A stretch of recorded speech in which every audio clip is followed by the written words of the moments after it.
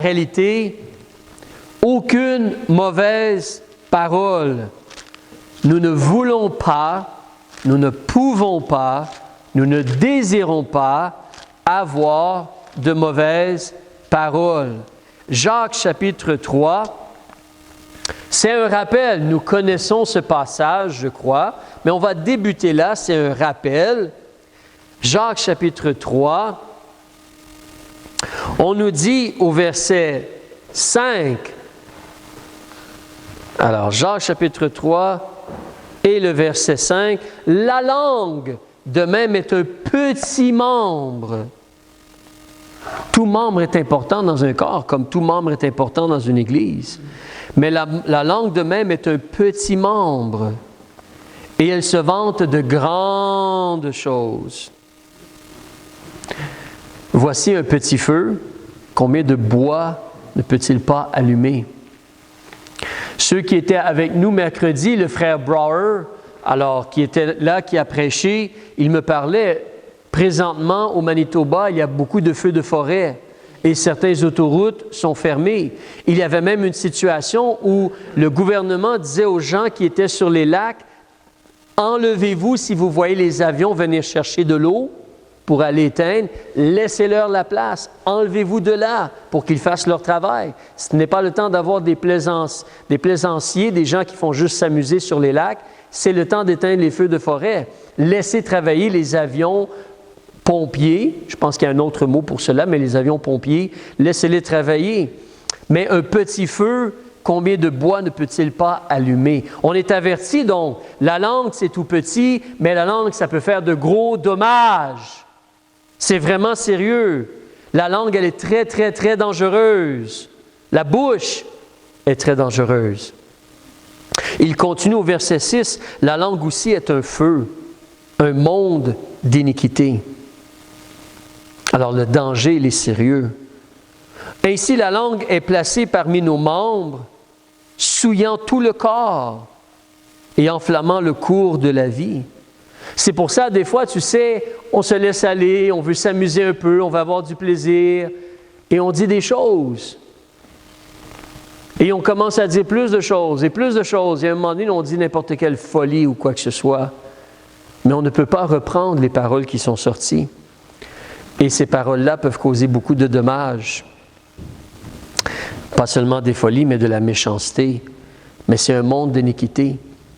La langue est placée parmi nos membres, souillant tout le corps et enflammant le cours de la vie, enflammée elle-même de la géhenne. Qui veut jouer avec le feu? C'est dangereux de jouer avec le feu. Donc la langue, elle est vraiment dangereuse. Il continue au verset 7 en disant « Toute espèce de bête sauvage et d'oiseaux, de reptiles et d'animaux marins se domptent. » Pas les lapins, cependant. On a assis chez moi. Les lapins ne se domptent pas. Certains, en tout cas, ont une attitude. D'accord? Mais toute espèce de bêtes sauvages et d'oiseaux, de reptiles et d'animaux marins se domptent et ont été domptés par la nature humaine. Mais aucun homme ne peut dompter la langue. C'est un mal qu'on ne peut réprimer. Elle est pleine de venin mortel. Qui voudrait jouer avec quelque chose qui pourrait te tuer? Du venin mortel. Qui voudrait jouer avec cela et s'amuser? On ne peut pas dompter la langue. La langue, c'est dangereux. Mais on te parle ici d'apprendre à dompter ou à réprimer. Le mot « réprimer » veut dire comme arrêter quelque chose, mettre un frein. Alors imagine justement si tu mets un mors dans la bouche des chevaux, puis là tu diriges le cheval, hein, tu peux le retenir ou tu essaies de le retenir. Ou comme si tu as une laisse pour le chien, retenir le chien peut-être.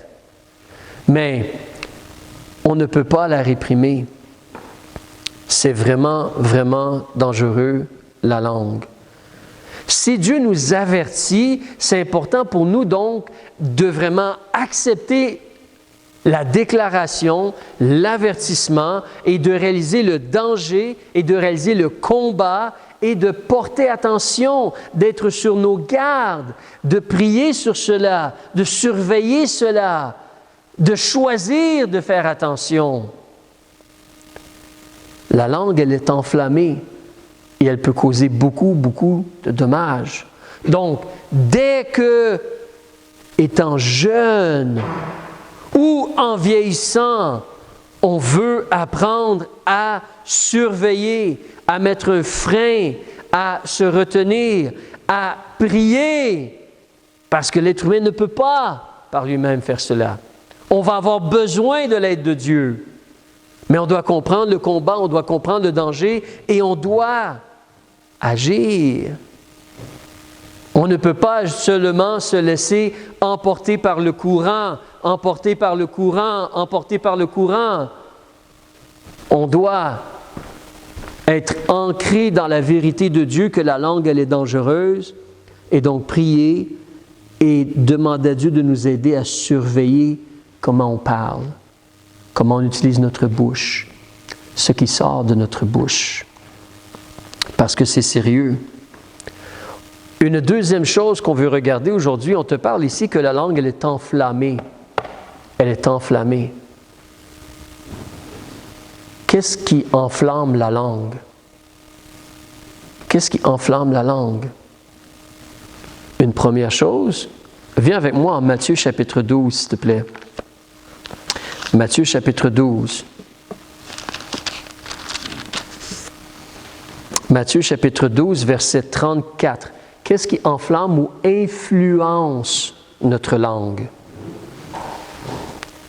Qu'est-ce qui influence notre bouche ou ce qu'on dit de notre bouche? En lisant, tu vas te rappeler le verset, mais Matthieu chapitre 12, verset 34. Une vérité que Jésus nous dit, qu'on connaît bien, qu'on utilise dans notre vie. Verset 34. Race de vipères. Il parle ici aux gens. Race de vipères. Comment pourriez-vous dire de bonnes choses étant méchants? Car c'est de l'abondance du cœur que la bouche parle. Qu'est-ce qui influence ta bouche? Ton cœur. Ton cœur, c'est ta volonté. C'est ce que tu désires. C'est ce à quoi tu t'es attaché. C'est tes émotions aussi. Ce que tu ressens. Mais c'est ton cœur. C'est là que, comme on en a parlé dernièrement, considérons la valeur et l'importance. Je veux choisir, comme M. Jacques nous le dit, je veux choisir de me soumettre à Dieu. De me soumettre à Dieu. Avoir un cœur soumis à Dieu. Parce qu'il y a un danger. Si mon cœur n'est pas soumis à Dieu, qu'est-ce qui risque de sortir de mon cœur? Et qu'est-ce qui va sortir de ma bouche donc? Mais je veux faire attention et tout de suite décider à choisir de me soumettre à Dieu, à sa volonté, à son plan, à sa parole, à ce qu'il va permettre dans ma vie. Tu as déjà rencontré des gens, ils ont eu une situation très difficile dans leur vie et ils peuvent devenir très irrités et donc ils vont exploser de leur bouche assez rapidement parce qu'il s'est produit quelque chose qui a vraiment affecté leur cœur. Et comme cela a affecté leur cœur, c'est resté sur leur cœur. Donc, si tu parles de ce sujet-là, c'est comme si tu ouvres la plaie de nouveau. Et là, ils vont avoir beaucoup de choses qui vont sortir de la bouche qui peut-être ne devraient pas sortir de la bouche. De l'amertume ou d'autres choses, des critiques, des plaintes, des accusations et d'autres choses. Mais c'est important pour moi, donc, rapidement, continuellement, de me soumettre à Dieu, de chercher Dieu, de me soumettre à Dieu. Donc, peu importe ce que Dieu permet dans ma vie, peu importe ce qui se passe, remettre la situation entre ses mains rapidement. Rapidement chercher à demander l'aide de Dieu. Rapidement choisir de me soumettre à Dieu en réalisant que si Dieu permet ceci, il y a peut-être une raison. J'essaie de faire le bien, comme on a vu dernièrement. J'essaie de servir Dieu. Jésus m'a dit d'aller de l'autre côté de la mer. Tout à coup, il y a une tempête. Je me soumets à toi, Dieu. Je sais que tu as un plan, tu permets ce qui se passe. Et qu'est-ce qui devrait sortir de ma bouche? Pas des cris de désespoir, mais plutôt, je sais que Dieu est avec moi. Et je sais que Dieu va me donner sa grâce. Et je sais que Dieu va me délivrer en son temps. Mais choisir de me soumettre à Dieu, choisir d'avoir un cœur qui cherche Dieu et qui est soumis à Dieu. D'ailleurs, c'est important justement régulièrement. Le matin, tu te lèves, demande à Dieu de sonder ton cœur. Demande à Dieu de regarder ton cœur. Viens avec moi dans Hébreux chapitre 12, s'il te plaît. Hébreux chapitre 12. On voit le lien avec notre cœur et notre bouche. On sait qu'on doit faire attention comment on parle. Et donc, le problème est dans notre cœur, souvent. Nous ne sommes pas soumis à Dieu, nous ne cherchons pas vraiment le plan de Dieu, et nous avons une mauvaise attitude et des mauvaises paroles. Et même l'autre danger, j'en ai parlé un peu, mais regarde le verset 15, s'il te plaît. Chapitre 12, verset 15, qu'est-ce qu'il nous dit? Veillant, on doit surveiller, être attentif, on doit veiller à ce que personne ne se prive de la grâce de Dieu. Demande la grâce de Dieu, demande l'aide de Dieu, demande le soutien de Dieu, fais-lui connaître ton problème, cherche sa face et demande son aide rapidement. Ne te prive pas de la grâce de Dieu. Point virgule, tu dois veiller à ce qu'aucune racine d'amertume poussant dehors ne vous trouble et que plusieurs n'en soient infectés. Je le mentionnais tantôt, mais si dans ton cœur est plein avec des racines là, c'est vraiment solidement planté là, enraciné. Si ton cœur a plein de racines d'amertume, qu'est-ce qui va sortir de ta bouche? Qu'est-ce qui va sortir de ta bouche? Des louanges à Dieu? L'appréciation des gens autour de toi? Ou plutôt des plaintes, des critiques, des accusations, des paroles qui blessent, des paroles qui coupent. Toi-même, tu t'es senti blessé, donc tu blesses les autres. Tu produis ce qu'il y a dans ton cœur. C'est pour ça que c'est vraiment important pour nous. On veut surveiller notre langue. Pour surveiller notre langue, il faut aller surveiller notre cœur. Si on fait attention à ce qu'il y a dans notre cœur, la bouche va parler de l'abondance du cœur. Une deuxième chose qu'on doit surveiller, il n'y a pas seulement le cœur. Regardez avec moi en Philippiens, s'il vous plaît. Philippiens, chapitre 4. Une autre chose qui influence notre bouche et qui est attachée à notre cœur, mais différent de notre cœur. Parce que l'être humain a une âme. Donc, ça, c'est ton vouloir, ta volonté. C'est un peu comme ton cœur. Souvent, la Bible remplace un mot par l'autre, cœur, âme. Mais ton cœur, ton âme, ton vouloir, ta volonté, tes sentiments, tes émotions, tes désirs, ton âme. Mais tu es aussi esprit. Tu penses et tu communiques avec Dieu maintenant que tu es né de nouveau. Alors, quel est l'autre danger? C'est ton esprit. Regardez au chapitre 4. Le désir de Dieu, qu'est-ce que nous devrions faire? Verset 6, nous connaissons cela, mais regardons-le avec des lunettes pour considérer nos paroles. Ne vous inquiétez de rien, mais en toute occasion, exposez vos demandes devant Dieu par des prières et des supplications avec des actions de grâce.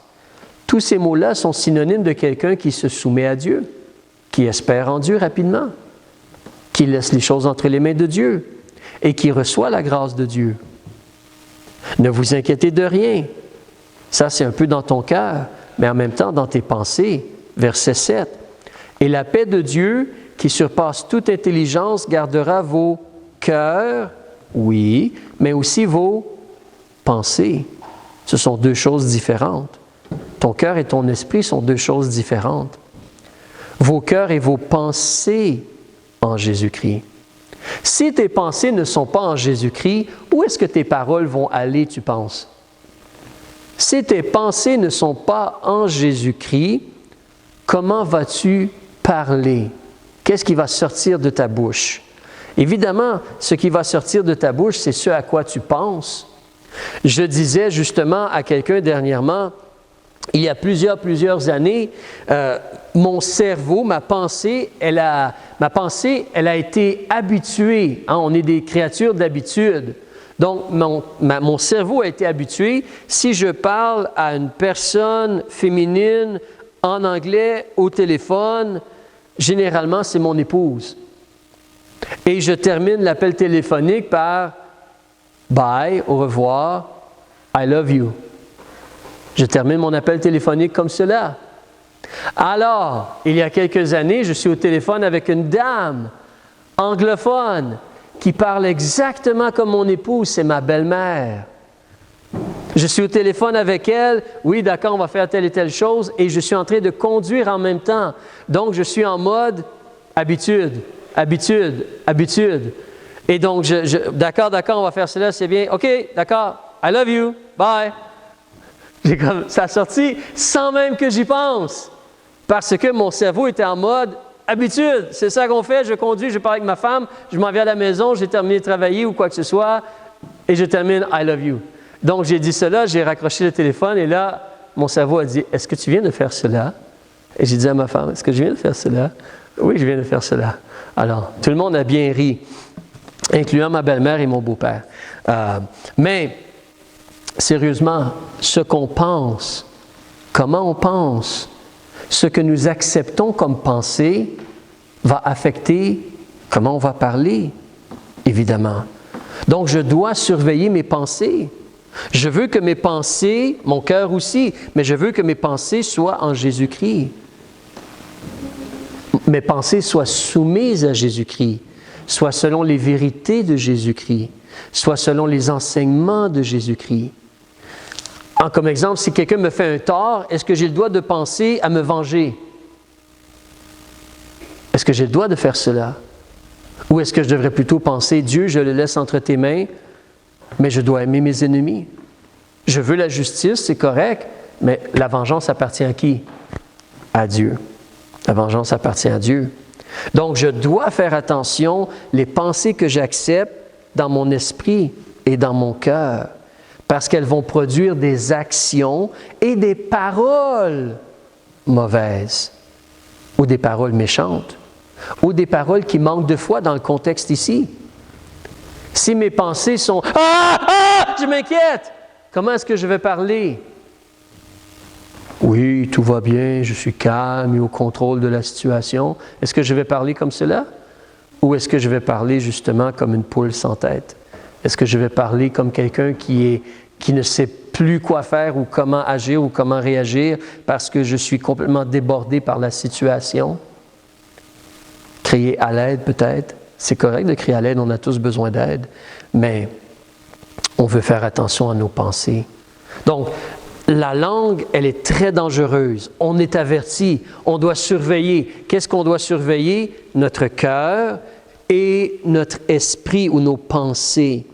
Une troisième chose aujourd'hui qu'on veut regarder, Éphésiens chapitre 4, s'il te plaît. Éphésiens chapitre 4. Éphésiens chapitre 4, on va regarder donc à partir du verset 25.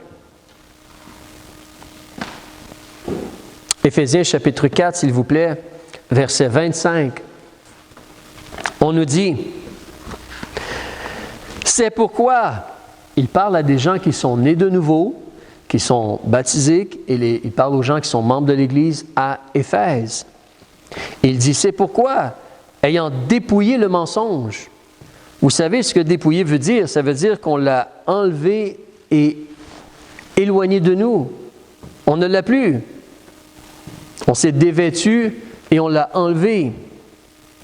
C'est pourquoi, ayant dépouillé le mensonge, que chacun parle selon la vérité à son prochain. Car nous sommes membres les uns des autres. Nous sommes membres dans une église, mais on devrait se dire la vérité les uns aux autres concernant nos situations, notre vie et tout cela. Faire attention. Imaginez dans une église des gens qui se mentent l'un à l'autre. Ben, c'est un petit mensonge blanc, pasteur, ça ne fait pas de mal à personne. Ça va mener à d'autres mensonges et éventuellement, la vérité va te rattraper. Est-ce que je vous ai déjà dit ce que j'ai fait un jour? Quand j'étais très, très jeune, j'étais mauvais dans le mensonge. Et à un certain moment donné, avec mes amis à l'école, c'était populaire, les cartes de joueurs de baseball. Tu pouvais acheter un paquet de cartes de joueurs de baseball pour 25 sous. Et cette année-là, dans le paquet, quand tu l'ouvrais, tu avais les cartes, tu avais le morceau de gomme, ceux qui se rappellent, qui ont à peu près mon âge, sinon peu importe. Et il y avait un poster, une affiche que tu pouvais déplier, et c'était la grosseur de 4 cartes, et c'était un joueur des Expos de Montréal. Alors, les jeunes étaient « Ah, on veut ça, on veut ça ». Et moi, j'ai dit « Ah oui, je l'ai ce joueur-là en poster ». Mais je mentais, je bluffais, c'était complètement faux. Mais je disais « Ah oui, je l'ai, je l'ai ». Et les gens ont commencé à dire « OK, mais montre-le-moi ». Non, non, non, là, j'ai même dit j'en avais 2. Et je pouvais t'en donner un si tu voulais, pour me vanter ou quoi que ce soit. Et ce qui s'est produit, c'est que les gens ont dit « Mais apporte-le-moi, montre-le-moi ». « Oh non, il était à la maison ». Je ne l'ai pas avec moi à l'école, il était à la maison. Alors la journée se termine, je m'en vais à la maison et je me prépare pour aller au lit. La sonnette chez moi, ding dong, c'est le jeune de l'école. La bonté, on m'a dit que tu habites ici. Alors je suis venu chercher le poster, l'affiche. Oups. Alors, donc c'était comme j'étais pris. Alors j'ai dû faire un nouveau mensonge, lui dire que je l'avais donné ou passé à mon cousin. Où il habite ton cousin? Ah, il habite loin à l'autre bout de Montréal, tu ne peux pas aller ce soir. OK, d'accord. Bon, la semaine prochaine, je vais aller le chercher samedi, je vais te l'amener lundi. Mais là, je n'ai pas l'affiche, je n'ai rien. Alors, mais je suis pris, mensonge par-dessus mensonge. Finalement, et ce n'est pas parce que ça termine bien qu'il faut faire cela, mais finalement, j'ai été acheter un autre paquet de cartes de baseball, et dans le paquet de cartes de baseball, il y avait l'affiche, le poster. Alors, j'ai pu lui donner le poster finalement au jeune homme. Mais mensonge par-dessus mensonge, on n'a pas besoin de commencer à faire le mensonge. Ça ne sert à rien. Alors, c'est pourquoi, ayant dépouillé le mensonge, que chacun parle selon la vérité à son prochain.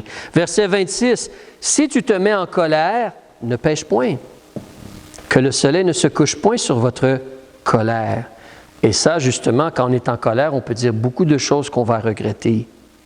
Justement, verset 27, « Ne donne point accès au diable. Ne laisse pas le diable avoir un pied dans ton cœur, ou un accès à ton cœur, ou un accès à tes pensées. Ne donne point accès au diable. Que celui qui dérobait ne dérobe plus, mais qu'il travaille plutôt de ses mains à quelque chose de bon, afin qu'il ait de quoi donner à celui qui est dans le besoin.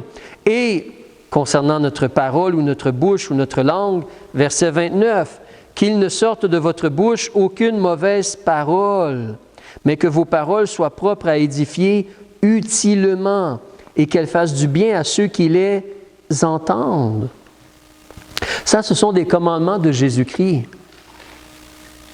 Et vous savez, c'est triste parce que des fois, ce sont des commandements de Jésus-Christ qu'on ne pratique pas du tout. En tant qu'enfant de Dieu, on se permet n'importe quel genre de paroles et on dit des choses qui blessent. Et on moque un peu les gens ou quoi que ce soit. Mais ici, l'ordre est très clair. Il ne devrait sortir de ta bouche combien de mauvaises paroles? Pas plus que 10%. Pas plus que 1/10. Non, ça dit aucune mauvaise parole. Aucune mauvaise parole. C'est le but qu'on veut atteindre. C'est pour ça, comme je le disais au début, il faut réaliser que notre ennemi, ou le danger, ou la langue, c'est sérieux. Et donc, il faut prier, et il faut se préparer, et il faut s'organiser. Il faut décider de se soumettre à Dieu, il faut décider de surveiller notre cœur, il faut décider de surveiller comment on pense, et de faire attention à comment on va parler.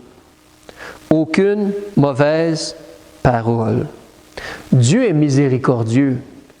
Si tu dis une mauvaise parole, Dieu est prêt à pardonner. On se comprend. Mais le désir de Dieu, le but d'un chrétien, aucune mauvaise parole. Tes paroles devraient être propres à édifier utilement. Tes paroles devraient construire utilement. Édifier parle de construire.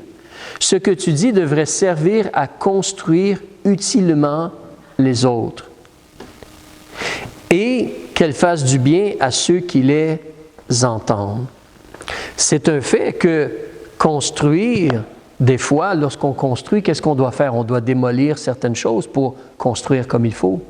Chez moi, quand j'ai rénové ma maison, on a dû démolir des choses pour mieux rénover et construire. Des fois, on doit faire cela. On doit enlever des choses qui sont très mauvaises de la vie de quelqu'un ou de la situation pour bien construire. Mais nos paroles devraient chercher à construire, à édifier utilement et faire du bien à ceux qui les entendent. C'est là que justement, lorsqu'on doit dire la vérité, si tu recules au chapitre 4, au verset 15, il nous dit, tu devrais professer la vérité dans la charité. Tu veux toujours dire la vérité, mais dis-le avec amour. Avec amour. Dis-le avec amour. Donc, nos situations, des fois, sont différentes.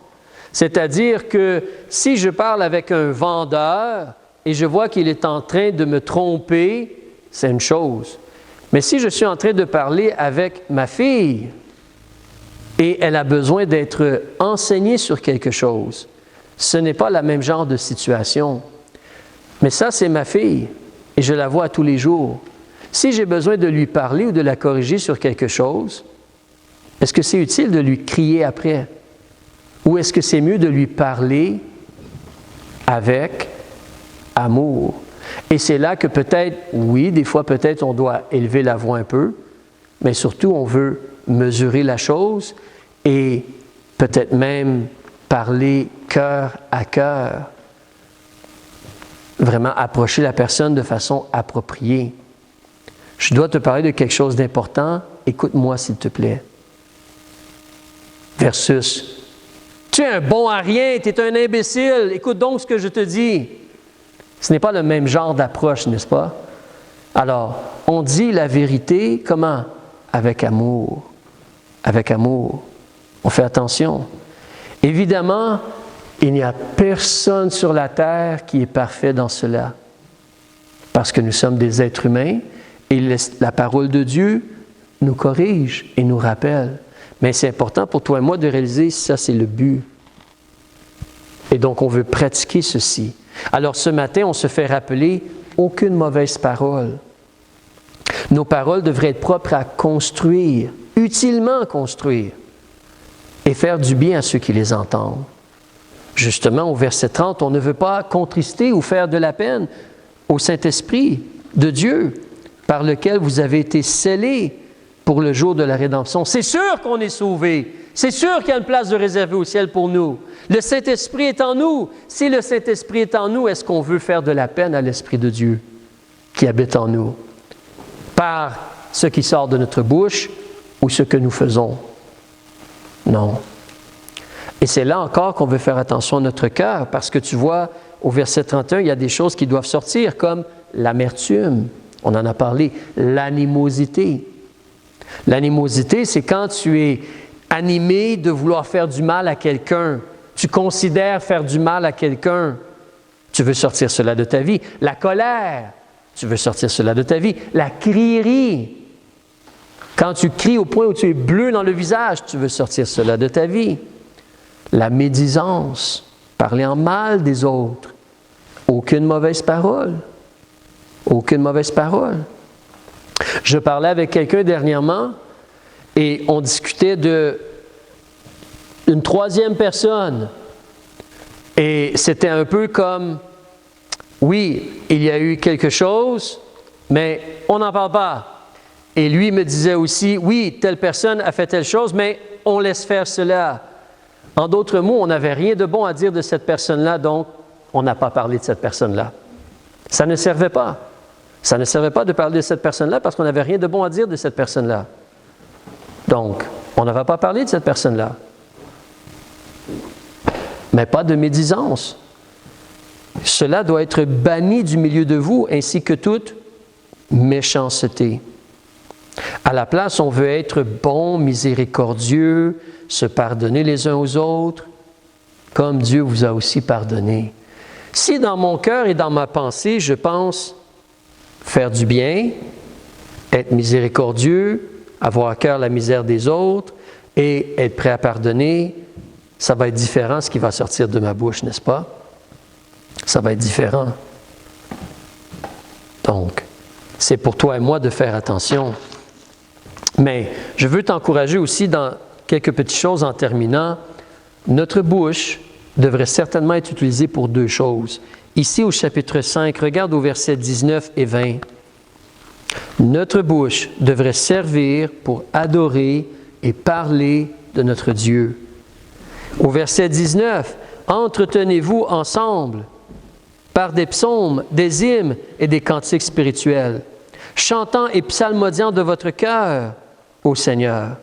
Rendez grâce toujours pour toutes choses à Dieu le Père, au nom de notre Seigneur Jésus-Christ. Rendez grâce toujours pour toutes choses à Dieu le Père, au nom de notre Seigneur Jésus-Christ. Ça, c'est ta bouche. Ton âme, ton esprit, mais ta bouche. Dieu te demande d'utiliser ta bouche pour l'adorer. Pour l'adorer. Pour parler aux gens autour de toi de lui. C'est sûr que c'est très facile. Si moi et Hans Willy, on est ensemble, on peut parler de Dieu et se réjouir pendant longtemps. Parce que les deux, on connaît Dieu. Et c'est la même chose pour vous et moi. Mais si je suis en train de parler avec mon facteur, qui n'a aucune relation avec Dieu, c'est un peu plus difficile de parler de combien Dieu est merveilleux, n'est-ce pas? Parce que lui, il ne croit pas que Dieu est merveilleux, ou elle ne croit pas que Dieu, ou ne connaît pas que Dieu est merveilleux. C'est un peu plus difficile. Mais néanmoins, c'est vers cela qu'on veut aller. Parler de combien Dieu est merveilleux. Et essayer de parler du salut aussi. Mais parler de notre Dieu et célébrer notre Dieu. Et de la même façon, si tu avances en Colossiens, puis on va terminer très bientôt, Colossiens chapitre 3, verset 16, pas seulement adorer Dieu, mais parler aux chrétiens de Dieu, partager aux chrétiens ce qu'on connaît, la relation que j'ai avec Dieu. Regardez au verset 16, Colossiens chapitre 3, que la parole de Christ habite abondamment en vous, en toute sagesse.